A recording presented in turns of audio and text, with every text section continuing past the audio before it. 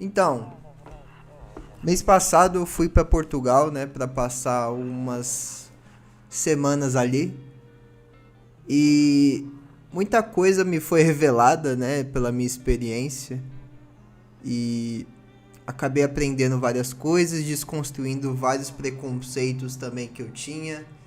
É, enfim, passei por muita coisa em pouco tempo e eu vim aqui hoje trazer as minhas impressões, principalmente para quem quer imigrar para o país. Eu acho que esse vídeo pode ser, de certa forma, um meio de você refletir sobre. A proposta desse vídeo é a reflexão sobre a imigração para Portugal, se ela realmente ou não vale a pena. E é isso aí.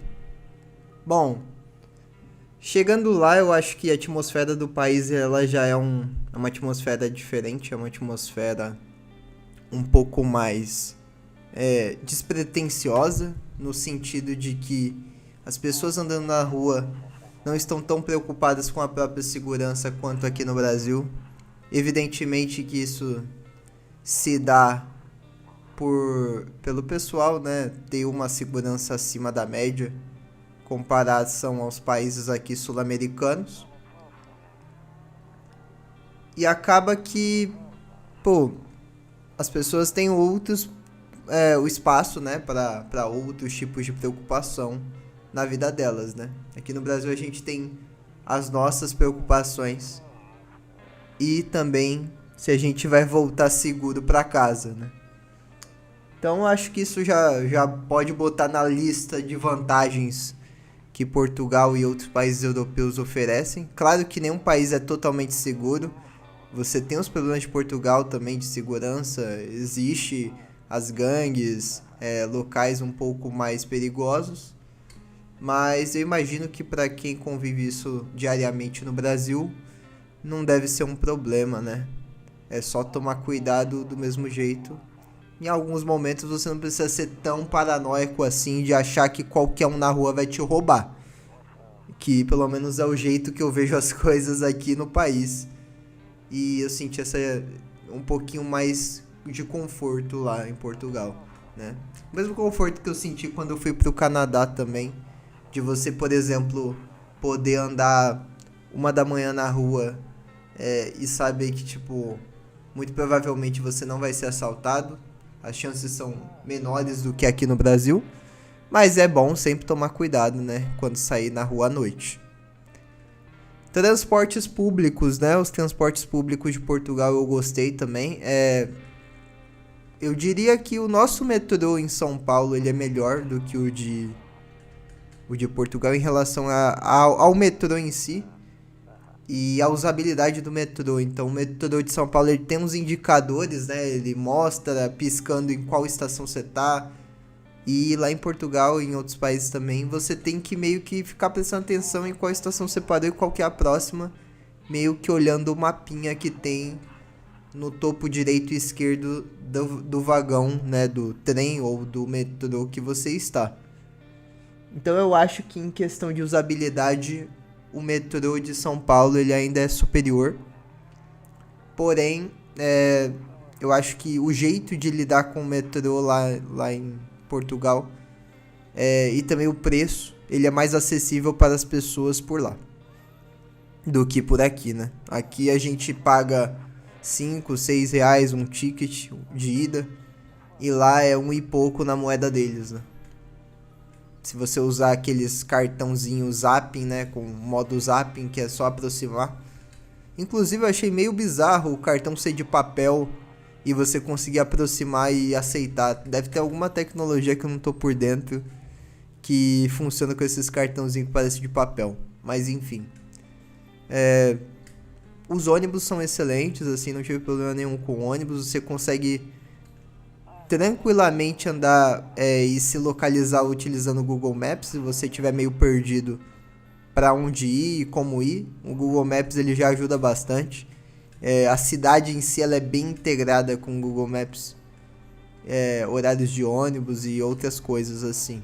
Os pontos de ônibus eu acho que tem indicação de quando o ônibus vai chegar e tal, meio parecido com o metrô também tem. Então, assim, eu não tive problemas como transporte público. O Uber, ele funciona também, a galera usa bastante o Uber.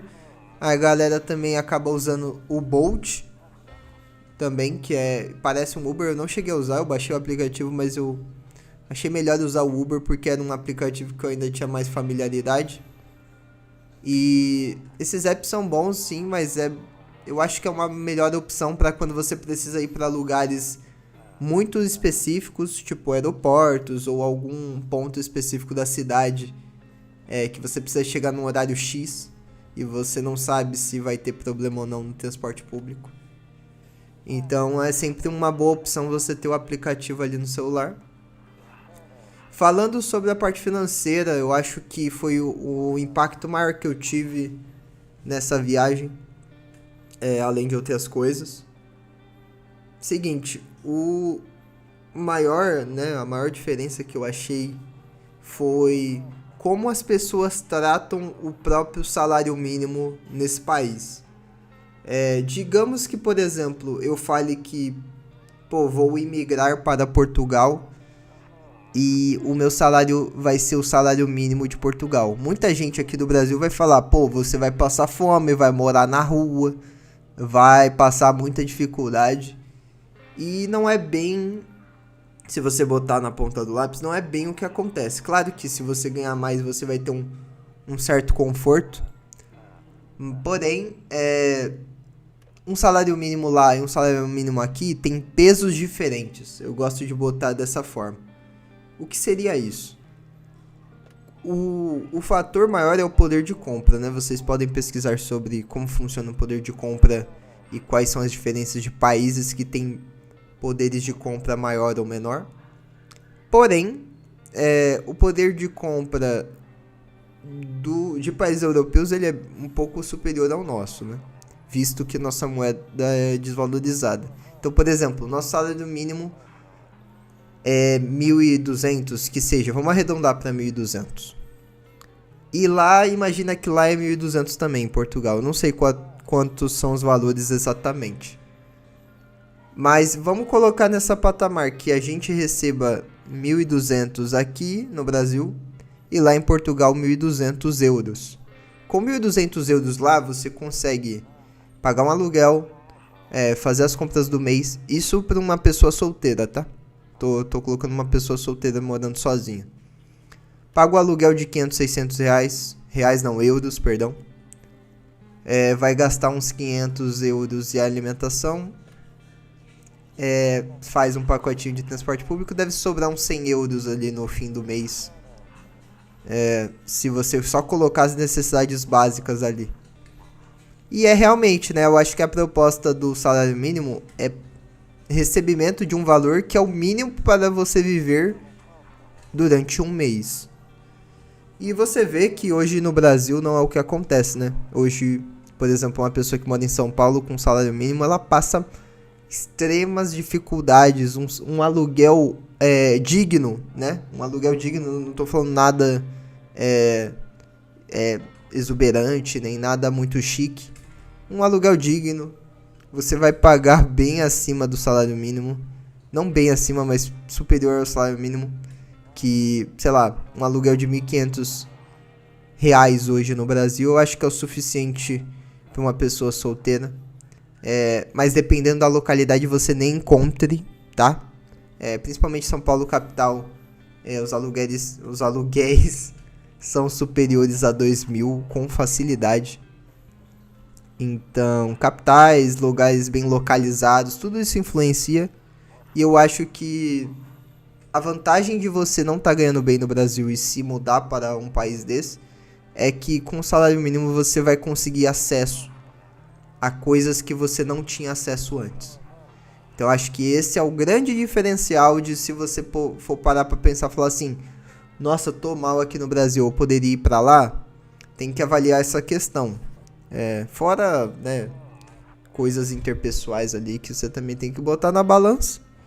Porém, eu acho que o que pesa mais é isso, tipo, se você tá ganhando bem no Brasil, eu não vejo tanta vantagem assim, só se for seu sonho ou se você tem algum objetivo específico no país que você quer ir, no caso aqui que a gente está usando como exemplo Portugal, eu acho que assim, vale se você tem essa pretensão de mudar a sua qualidade de vida, se a sua qualidade de vida no Brasil ela tá muito ruim. Eu acho que nesse sentido faria um pouco de sentido. Mas enfim, acho que da parte financeira vocês entenderam. Se você tá ganhando bem no Brasil, acho que o Brasil ainda apesar de todos os problemas, ele ainda é um país de conforto, né? Porque é o seu país de origem. Então você, apesar de todos os problemas, você sabe meio que lidar com eles ou conhece pessoas que lidam com eles. E você mudar para um país novo, você vai ter que aprender isso tudo do zero. Então, você tem que colocar na cabeça de que vai ser uma aventura, né? Com certeza. Mas você vai passar por problemas que muito provavelmente você não teria no Brasil. São outros problemas, é claro. Tô na Europa. E as pessoas gostam de colocar países superiores, subdesenvolvidos não, desenvolvidos, né? Gostam de colocar ele numa prateleira muito alta, no sentido de que só de você fazer o movimento de mudança, a sua vida já vai melhorar 500 ou 1000%. E depende muito do contexto, tá? Depende muito do que você tá passando, depende muito... Por isso que é algo muito pessoal, né? Eu falo que, assim, essas mudanças são muito pessoais, tem que ter uma análise muito pessoal, assim. Porque é uma mudança muito grande, né? Você mudar para uma sociedade diferente da tua, pode ter muito choque cultural.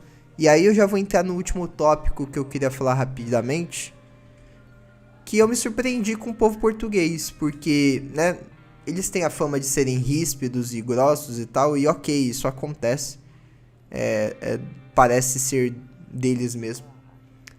Porém, eu conversei com uma senhora num ponto de ônibus uma vez lá, e ela, rasgou elogios para os brasileiros, que a gente é super educado e tal, e aquele paradigma de que todo português odeia brasileiro, ou sei lá, eles não gostam da gente, meio que caiu por terra pra mim naquele momento, porque eu falei, nossa, não é bem assim, né? Existem pessoas ruins, existem pessoas com preconceitos, e isso não é necessariamente atrelado à nacionalidade dela. Pode ser que aconteça, mas a minha experiência não mostrou isso. Eu fui super bem tratado nos lugares que eu fui. Teve um momento ou outro ali que português não gosta muito de perguntas óbvias, né? Então, mas enfim. Eu acho que no geral a experiência foi boa, assim. Eu voltaria no país, assim, talvez em outro momento da minha vida. Mas foi legal conhecer pra entender mesmo se, tipo, era tudo isso. E na minha cabeça não é tudo isso assim. Vai depender muito da experiência que você vai ter. Eu fui a turismo, mas às vezes você vai a trabalho, às vezes você vai com outros objetivos, e a experiência pode ser totalmente diferente.